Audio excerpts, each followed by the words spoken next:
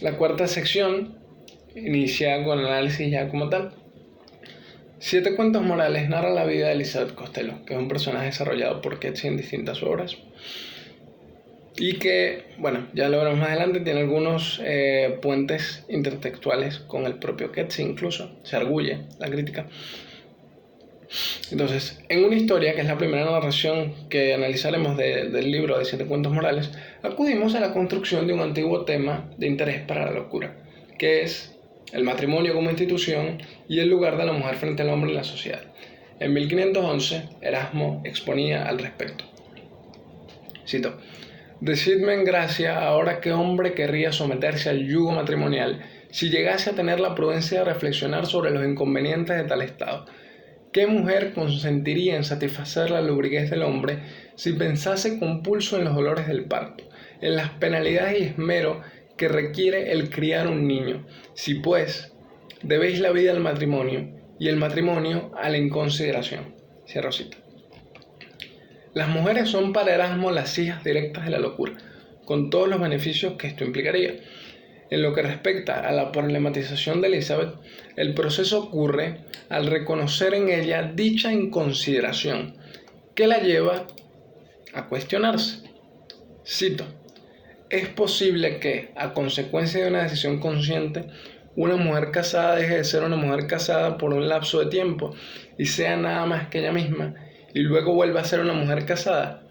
¿Qué significa estar casada?», se pregunta. Cierro cita. El sino interno de la protagonista se encarna en el Afer, que a pesar del carácter aparentemente desenfadado de su matrimonio, la conflictúa. Cito: «No usa alianza tampoco el marido, la alianza es el único signo visible. Si hay algún otro signo invisible, no sabe qué puede ser. Específicamente, cuando mira su corazón, lo único que ve es que ella es ella misma». Cierro cita.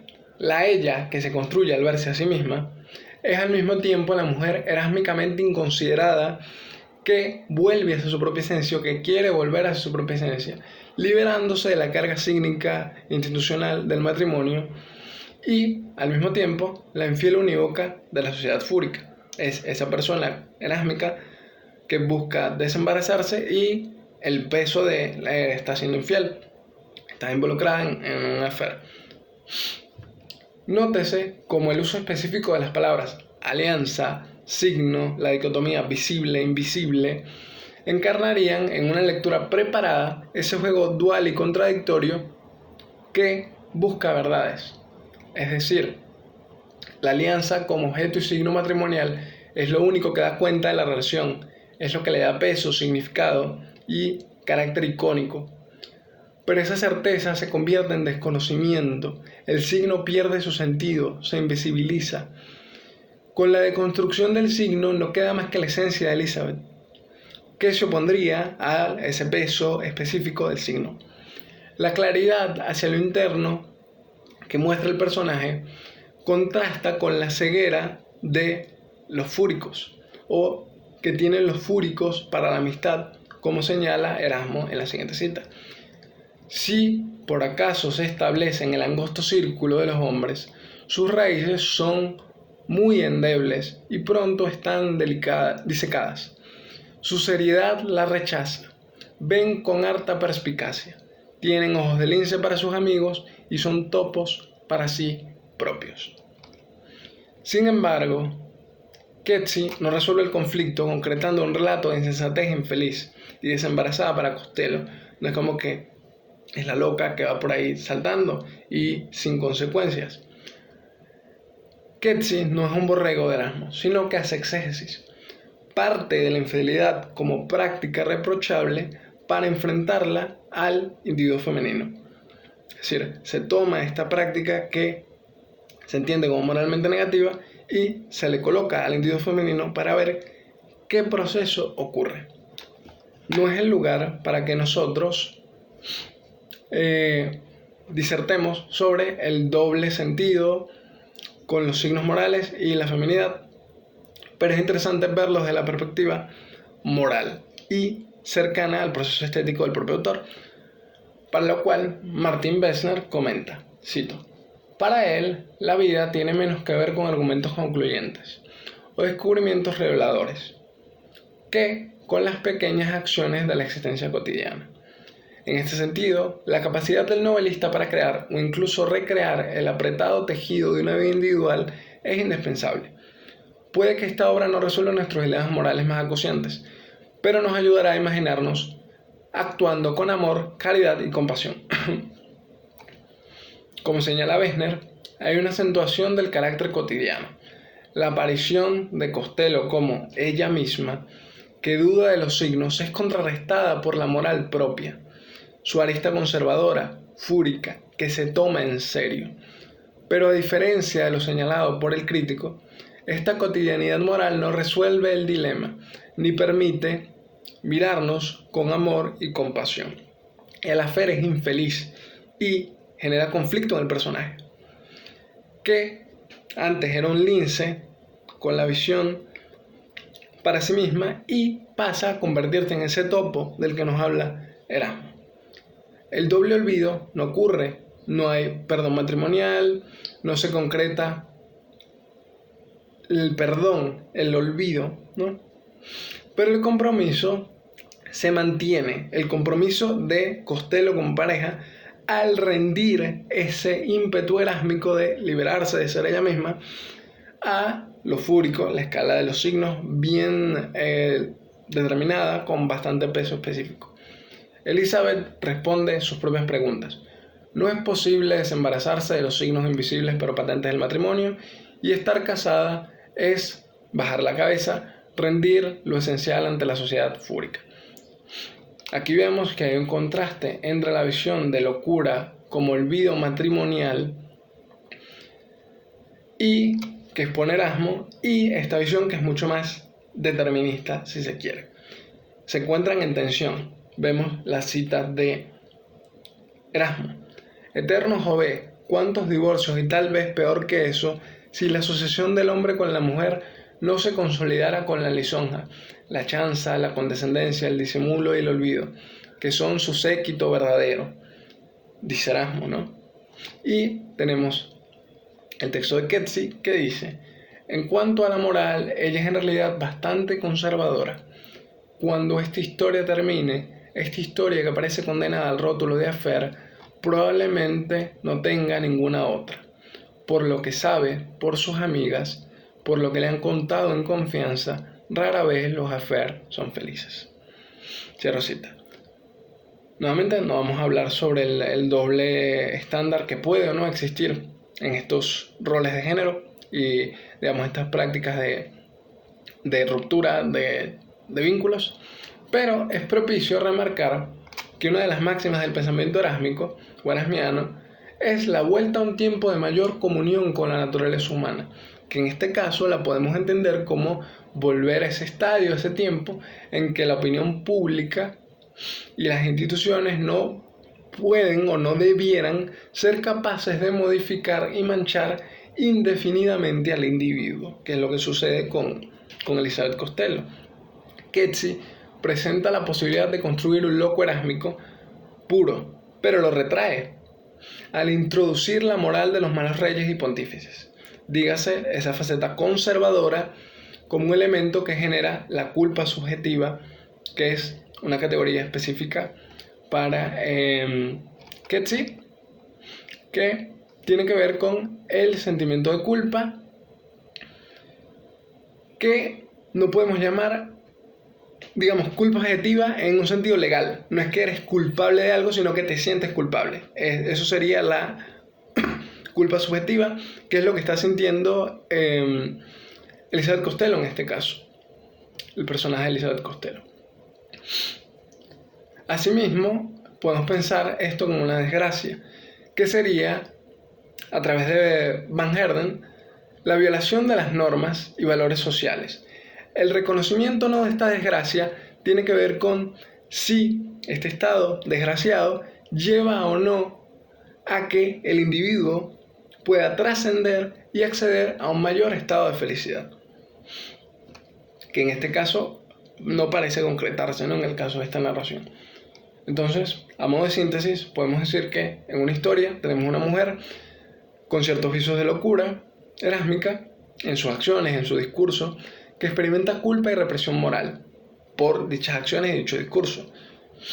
Luego, se adecúa a la moral conservadora para evitar estas operaciones de control o, tal vez pensándolo un poco desde Foucault, estas operaciones de vigilancia y de castigo. Pasamos al siguiente texto, que es Una mujer que envejece, en donde se acentúa este mismo esquema, pero desde la transición. Ya Elizabeth está más mayor y sus hijos tratan de aplicar este vigilar y castigar enviándole a un asilo. Pero esta figura muy conservadora que teníamos antes de Elizabeth Costello y muy determinada por el que dirán, por llamarlo de alguna forma, empieza a hacerse mucho más reflexiva. Citamos: lo que importa es lo que años atrás me prometí no hacer jamás, y ahora me encuentro haciendo. ¿Por qué sucumbí? Deploro que el mundo esté como está, deploro el rumbo de la historia, deploro desde el fondo del corazón, lo deploro. Sin embargo, cuando me escucho, ¿qué oigo? Oigo a mi madre deplorando la minifalda, la guitarra eléctrica, y recuerdo mi exasperación. Está bien, mamá, le decía mordiéndome los labios y rogando que se callase. Cierro cita. No solo empiezan a desgastarse las instituciones, sino que la sabiduría o locura de la vejez es capaz de reconocer y delimitar claramente esa juventud, ese pasado fúrico. Elizabeth es pues una suerte de posfiguración moderna de Erasmo, pero no concibe un elogio y está consciente de lo inútil que sería crear un elogio en la contemporaneidad, por lo que recae en una ceguera reflexiva, una doble negativa, ¿no? Que es paradójica porque quiere, pero no puede, o quiere, pero no siente que tiene los mecanismos. Sin embargo, la cuestión va más allá de sentirse inconforme en este caso. El reconocerse como distinto de lo externo, deplorar, es un acto simultáneo de desconocimiento.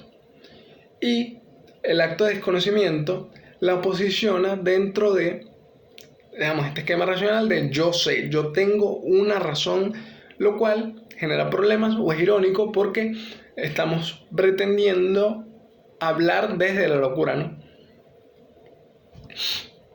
Por lo que esta tensión entre lo erásmico y lo fúrico en el discurso de Costello nos lleva a preguntarnos sobre ese proceso de afinamiento, esa exégesis. Erasmo, por un lado, propuso un método y construyó los percutores reflexivos, ¿no? Mira, aquí tenemos este comportamiento irónico, jaja, esto, fíjate que puede ser incluso peor que lo que llamamos locura. El elogio funciona, ¿no? Sacando esas perlitas, pero lo presenta todo en clave interrogativa y no te insta directamente. Tienes que leer con atención para generar ese proceso de reflexión. Ketsi, por su parte, conflictúa el personaje porque necesita ese cambio, tiene un ansia material en este caso. Las palabras utilizadas en este pasaje remiten a los mismos tópicos problemáticos que veníamos hablando del cuento anterior: la reflexividad paradójica frente a lo externo, el corazón que deplora como consecuencia de la vejez, la madre vieja como signo irónico, esta cierta juvenoia de me siento como mi madre.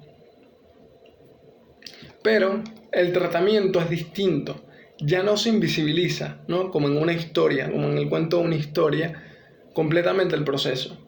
Sigue existiendo una reticencia, pero como vemos, es más utópica en el sentido de que quiere que haya un cambio, pero el conflicto sigue ahí muy, muy latente, digamos, porque no hay mecanismos. Un ejemplo claro de esto puede ser el uso de la palabra historia. En el primer cuento pensamos en una historia diegética, anecdótica, en contar una historia pequeña. Lo vemos en la cita del cuento anterior. Historia que aparece condenada al rótulo de affair. Se comprende la historia a partir de lo que dicen sus amigas y su fin es determinado por estas. En Una mujer que envejece, la palabra ya no es la historia individual, sino que se convierte en algo concreto. El rumbo de la historia, dice la cita. El rumbo de la historia motiva el hastío y la necesidad de cambio en el personaje. En otras palabras, necesita cambiar o ver sus ideas instaladas en ese rumbo de la historia. La siguiente narración es La anciana y los gatos, que muestra cómo Elizabeth toma medidas para zanjar ese conflicto interno. Se mitiga la influencia del deplorar o lo deplorable alejándose de esa sociedad industrial fúrica, el personaje se va a la periferia y llega a un pueblo remoto de España, en donde arma una utopía con gatos.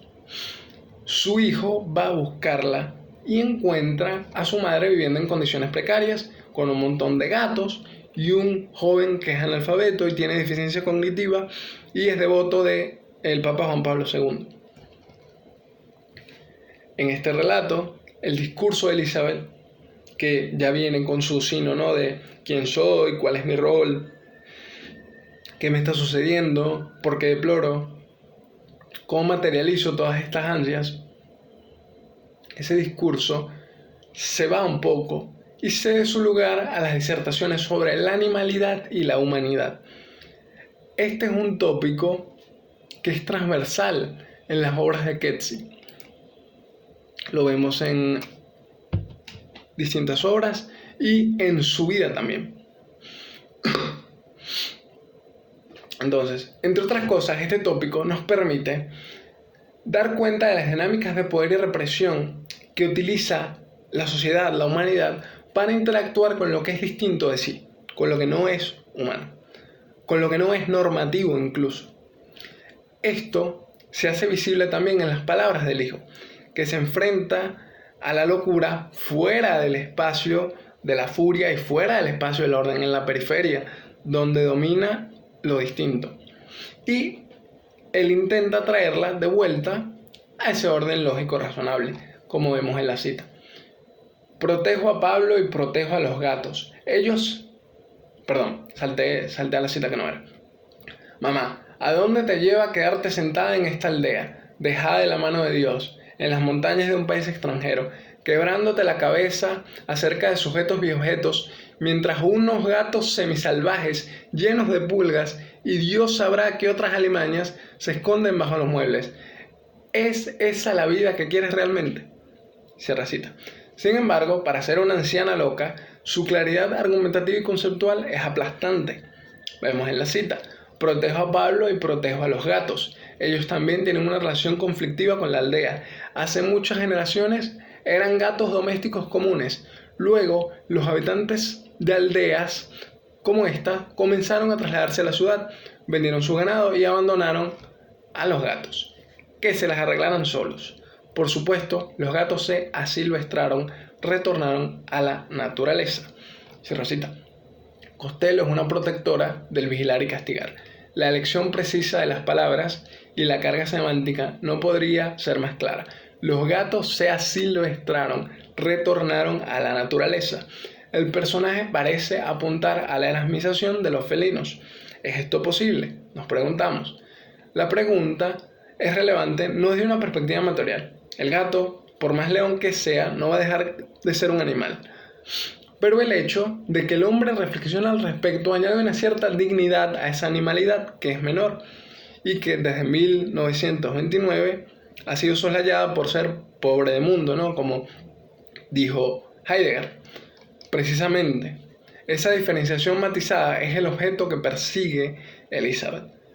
Cito: me estoy acostumbrando a vivir en compañía de seres cuyo modo de ser es diferente del mío, más diferente de lo que el intelecto humano podrá comprender jamás. Cierro cita. Hay un proceso iniciático, una preparación casi mística, que intenta concebir modos distintos de interactuar con el otro, una suerte de no Dasein incomprensible para el intelecto de las furias.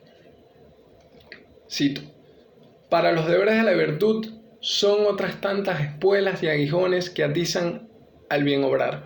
Verdad es que Séneca, ese estoico pertrechado, quita al sabio de las pasiones, pero su moral desnaturaliza al hombre, trocándole en una especie de divinidad que ni fue ni podrá ser jamás.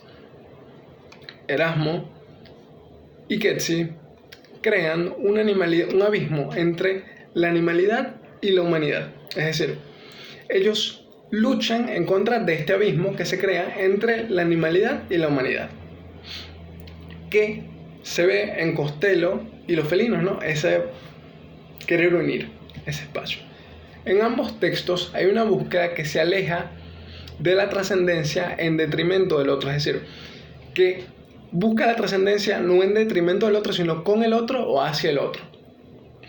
Eso que, por ejemplo, René Girard expuso desde las categorías de fármaco y chivo expiatorio. Las voces se asemejan en la realización de que la cara opuesta ni fue ni podrá ser jamás de un modo distinto.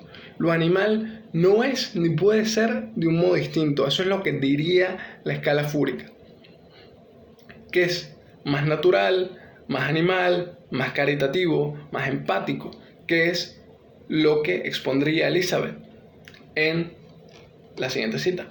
Entonces tomé una decisión. Fue como un relámpago. No fue producto de ningún cálculo. No sopesé los pros y los contras. Decidí que en esta cuestión de los gatos daría la espalda a mi propia tribu, la de los cazadores, y me pondría del lado de los cazados. Cierra cita.